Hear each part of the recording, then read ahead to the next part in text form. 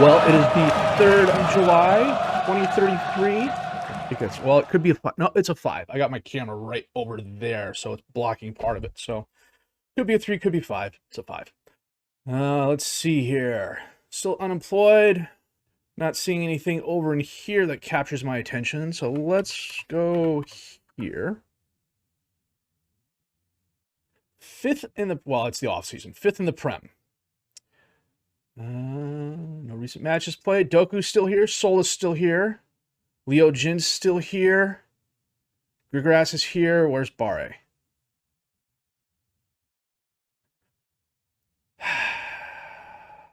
Does not bode well. I'm not seeing anything up here in terms of championships or anything like that. We'll go over here to the head coaches. And Nelson Vivas was fired after 4 years and 78 days. He did not win any league wins, no cup wins. So, we go to the team history. 6th, 6th, 5th, 5th, and then they fell off to 10th. However, Jose Basola has been on an absolute scoring tear. He's 6 goals away from setting a career record for Palace. So he's, you know what? We'll take a look at him here real quick. Wow, he really turned into a really good striker. 16 technique, 16 finishing, 18 dribbling. Really good physicals. Nice decision-making, composure, good anticipation. Nice off the ball, good vision.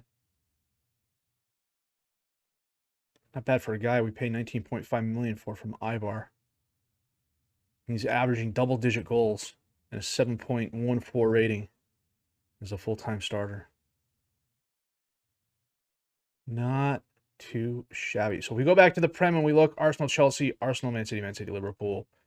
Chelsea, England is still first in the league, so we need to go back to 2031. So here's 30-31. Palace finished 6th. Then they finished 6th here again. Then they sneaked up to 5th. And then last year, nope, 5th, 6th, 6th, 5th, 5th. And then last year was 10th. So he was fired. Vivas was fired after 10th place finish. Now, they did get European football. So, well, let me get tech support over in here. And I will have him go to the schedule and pull it back. And we'll see what happened. Okay, so this was 30-31. FA Cup 4th round loss, and they lost in the quarterfinals of the Carabao at Chelsea. 30-32. They got all the way to the Europa League final and lost on penalties.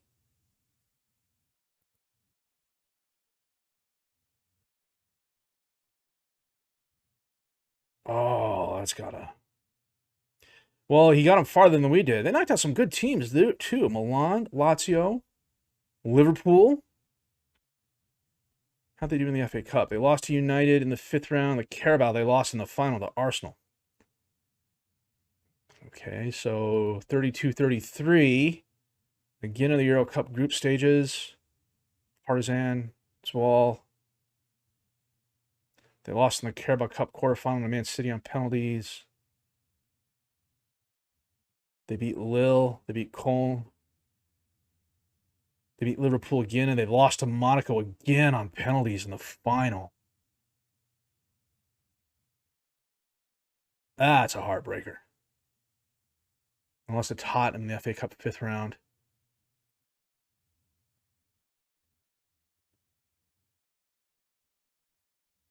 Made it to Euro Cup the year after that. Lechia, CSKA Moscow, Dundalk Streda. They lost in the Carabao Cup 4th round to Chelsea. They lost in the FA Cup 3rd round to Man City, and they got knocked out by Hertha Berlin in aggregate in the 2nd knockout round. Yikes. And this was their last season in the Europa League when they finished 6th the previous year before. Looks like they won their group. Lost to Norwich in the FA Cup 3rd round replay. Herrenben, Rangers, Sulo. Beat Lille on aggregate. Beat Hamburg on aggregate and lost to Hertha Berlin again.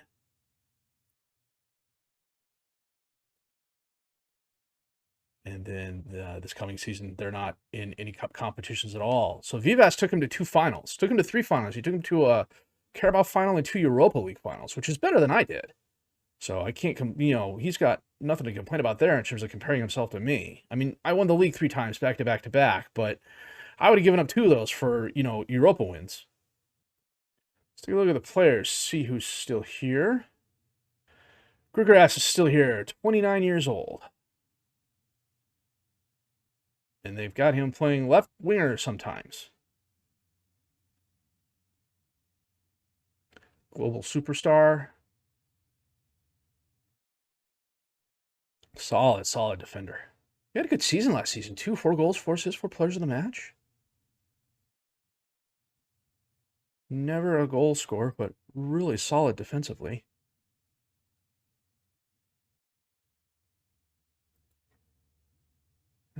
Anyone else? Leo Jin. Yeah, he really turned into a great player. And his professional personality. At one point in time, every time I gave a speech, he was always aggressive. Really good midfielder. 7.19 the last 3 years. 6 goals, 2 assists player of the match, 8 goals, 1 assist player of the match. This is one of those screens I wish you could customize a bit more depending on who they are. I mean, if it's a defensive player, I'd be more interested in their defensive statistics.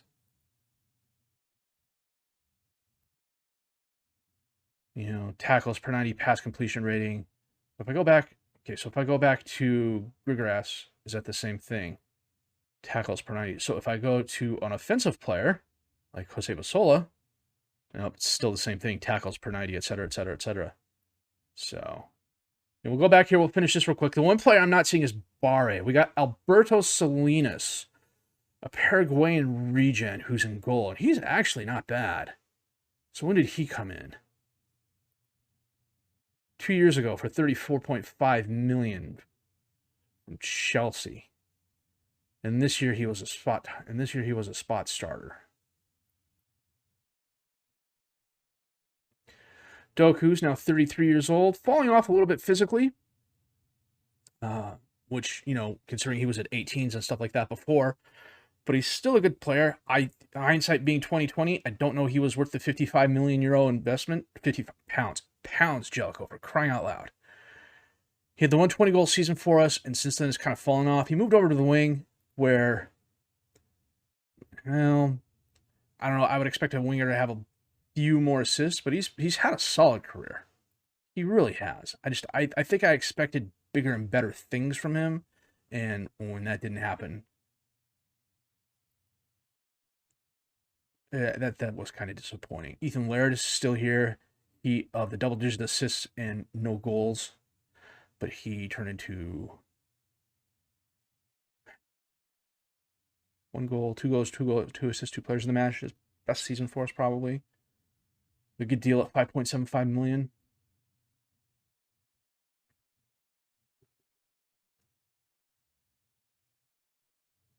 And that is really it. Let me pull up the 23s here real quick in case somebody got assigned to the 23s. Geraldinho, nope, he's 21. We go by age.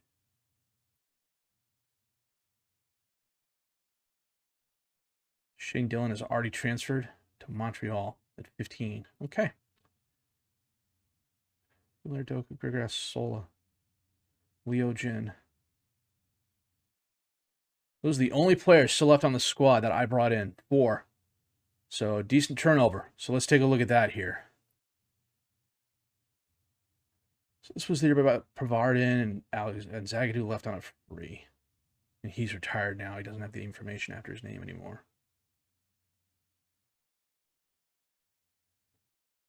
We'll take a look at some players here after we do this real quick just to see what their careers look like. This one here, 59 million for Benjamin Securi Ando from Genk. a left back, Tyler Adams in keeper, who is no longer on the squad, it looks like. He's an unemployed head coach.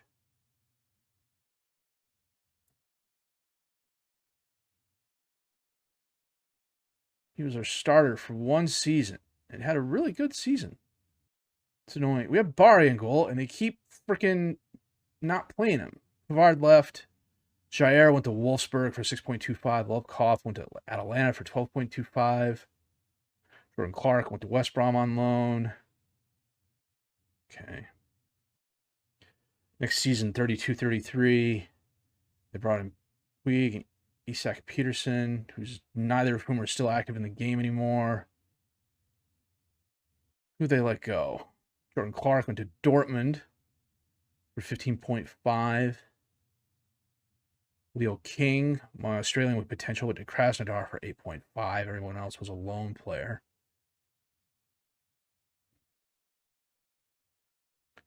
The ins here. Geraldinho from ATM for 9.25. Matthias for 4.75. Mike Cooper for 2.75. Puig, they moved. They brought him in 1 year. They moved him the next. Tonali went to West Ham for 11.5. Agelani went to Borussia Dortmund for 32.5. Azael Negrin went to West Ham for 61 million. He was a player that was brought on after I left. And then last season. Okay, so Ezekiel came in from Real Hispalis. He is a defensive center back. Alberto Salinas, keeper, came in from Chelsea. He came in January because Mede Bari went to Man United for 75 million. Wow. So what happened? Did something happen here? No, it couldn't have happened there. Okay, something's not jiving right here. Because if we go back, we look at Tyler Adams. He came to us from Benfica as a keeper, but if you look at his history, in 31-32, he started 35 games. And had 7 goals? I totally interpreted this wrong. The green's highlighted. I thought that was him. Tyler Sean Adams. Okay. He's an American, but frankly, I don't follow the men's national team, so Tyler Adams.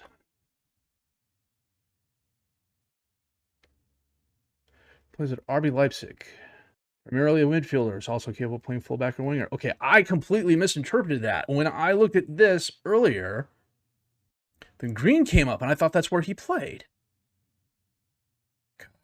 That's what I get. Unreal. Okay, that's my fault. That makes total sense now. So getting back to Barre, leaving for 75 million.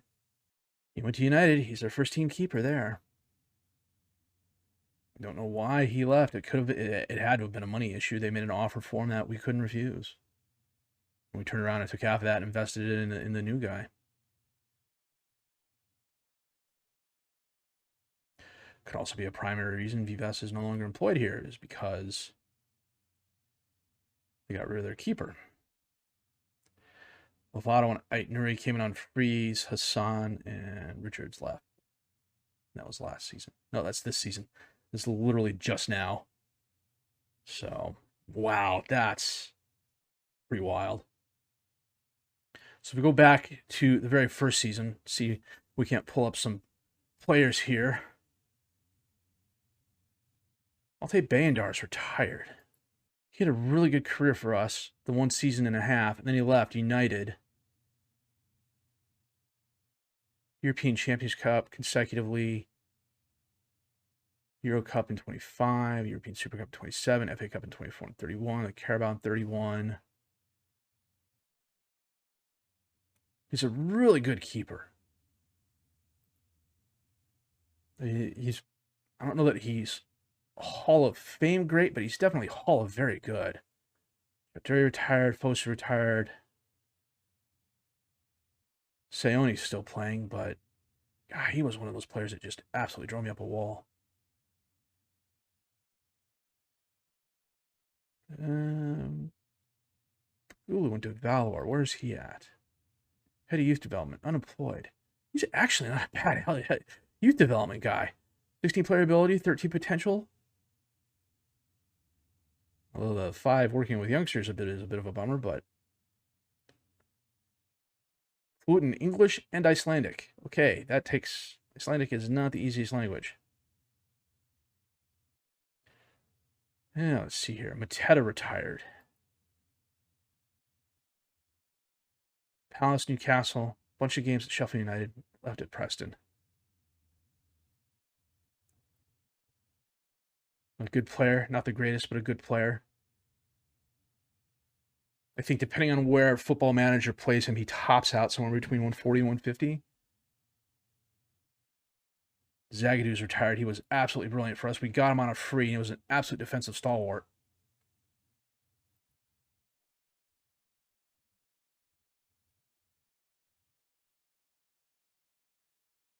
Let's see. Who else here? Gabriel Verone. Verone is also he's another one of those players who is he can be sneakily good if the FM gods are nice to him in his RNG role. We sold him to Everton. He didn't do great. He's at Fortuna Dusseldorf in the Bundesliga. And that's a solid career. I suspect he's playing winger there, but he could be a very good striker in kind of the Borja Mayoral sense, in that he's not going to light the world on fire, but he does his job really, really well. Andy Stockbridge, who was an absolute steal for us at 7.5 million, is still at Chelsea. He's 30 years old now. Global superstar, sold him for 91 million, and he hasn't slowed down a bit. He's been really consistent, except this season here. He didn't have any goals, but he had 6 assists from 4 players of the match.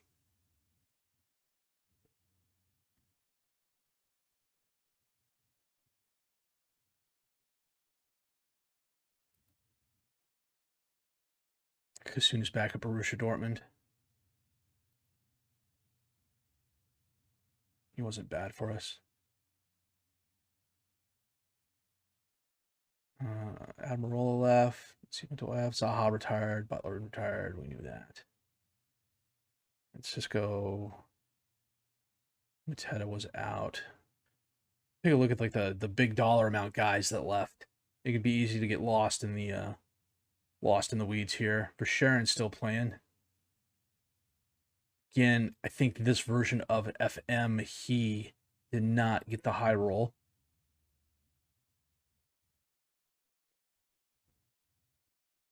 Christo Lovecoff. This was the year we got Lovecoff, Grigrass, and Tizier, who turned out to be 3 on Fatuo, who is at Monaco now. We'll take a look at Fatuo here real quick. I overspent for him. I don't know why. He's the one guy who caught my attention this year and was like, I'm going to get him no matter what. And it's 27 million in, 70 million out. They turned around sold him to Monaco for 27.5 or 27 million. He never developed into the player I thought he could be. Maybe that was me buying into the hype. I mean, the fact that Dnipro got him for 19.75 and I turned around and paid 27.5 million for him. Returbe was my keeper, who was good but not great. Another one of those players that I'll talk about it at the end here. I talked about it before in some of the previous games too, about how I ended up, in hindsight, I totally approached this game wrong. This save wrong. Lovecoff's at Lazio now. That's after they sold him. Good grief. Atalanta bought him for 12.25, and they turned around. Lazio bought him for 45. Hopefully, we got a sell on for you for that. He's always struck me as one of those players who's always good, but the coach thinks they can bring in someone better.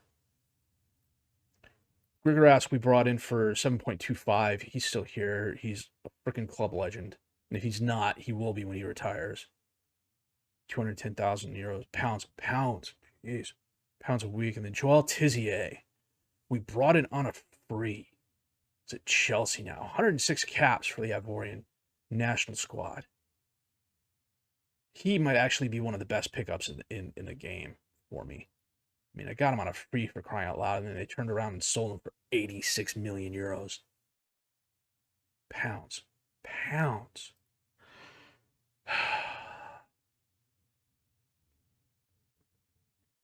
So for a player we picked up on a free, that's not a bad deal. Do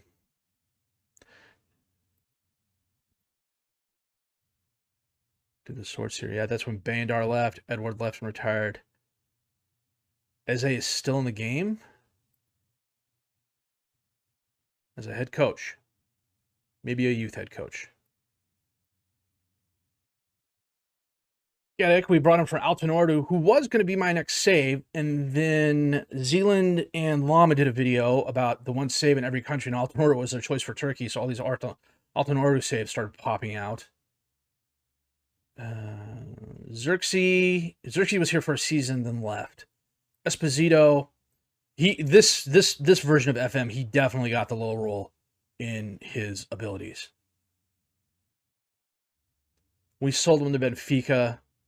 They turned around and sold him to Barcelona. He had 2 good seasons at Barcelona. Then he turned around and sold him to Monaco, and he's been okay there. I mean, he's had a very good average rating, but he's nowhere near the goalkeeper. He's nowhere near the goal scorer I thought he would be.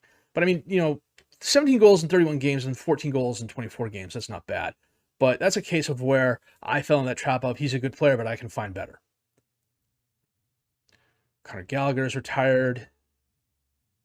This is where Sharon left, Guehi left. And Kruger's went on loan because I couldn't get him a permit. Skip came in. Safanov, he who left in the middle of the season, he's at Cole now. So he was probably our keeper when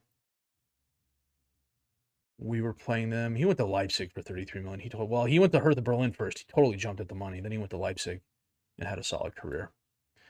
I would have been happy to finish the save with him. But yeah, his leaving threw us into it was literally 8 hours before the end of the transfer window closed. 8 hours before the transfer window closed. And, oh yeah, I'm leaving. What? So Ricci went back to Milan, and then he picked up a free at Madrid. And then he started 27 games for him last season. So again, another one of those players who probably didn't get the best role in his abilities. He was more of a name recognition guy than anything else. Solo we've looked at, probably one of the better players I've picked up. Jair, who's at Leicester now after going to Wolfsburg. Had a good season for us here. And then settled into the attacking midfielder role and was solid. Not spectacular. Tonali came in at 32 million and then turned around and left.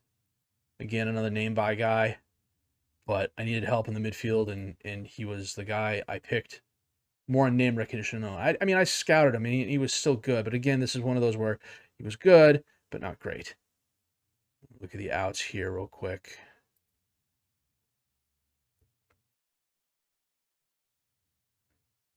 A couple more. Doku we looked at.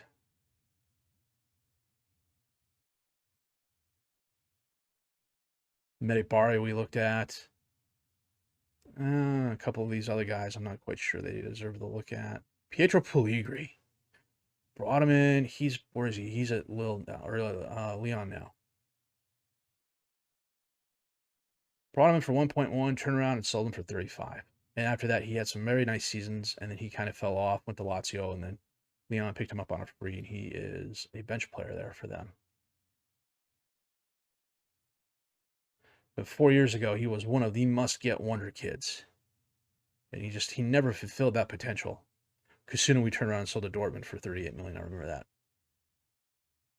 Yeah, Safanov leaving on the 1st of February. Unsolicited offer. Absolutely annoying.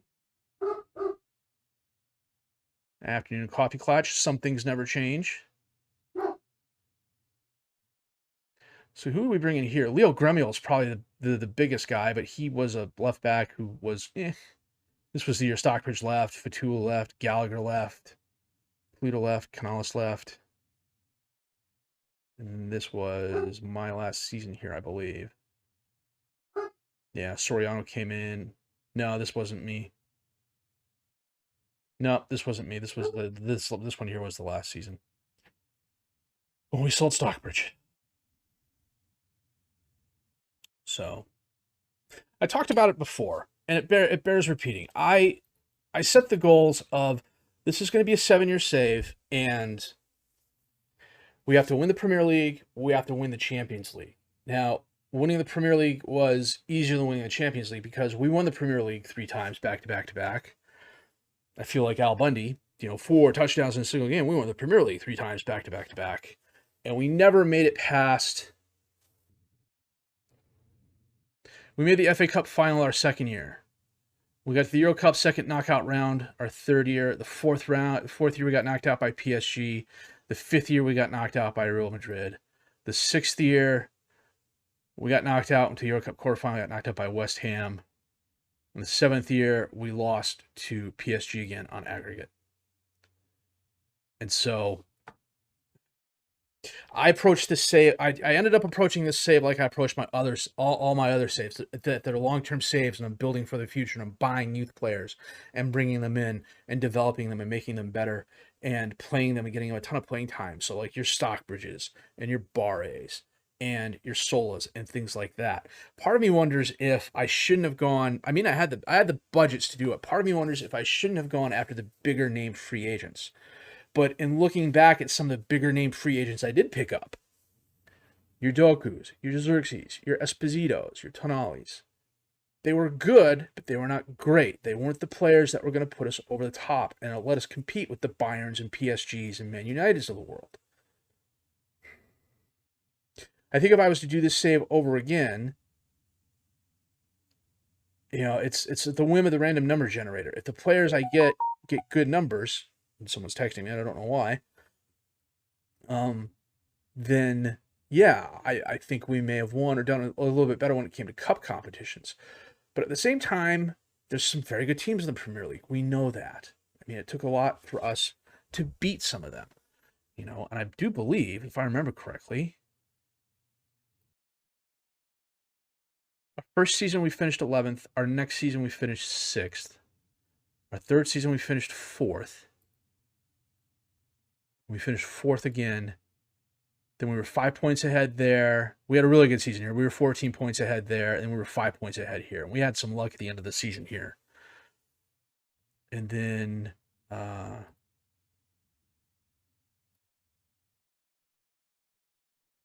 left and they fell to 6th. So hindsight being 2020, taking a look at it, yeah, you know what? Maybe going back and signing a bigger name player could have helped us. But at the same time, I did sign some bigger name players. Xerxes, Gallagher, Tonali.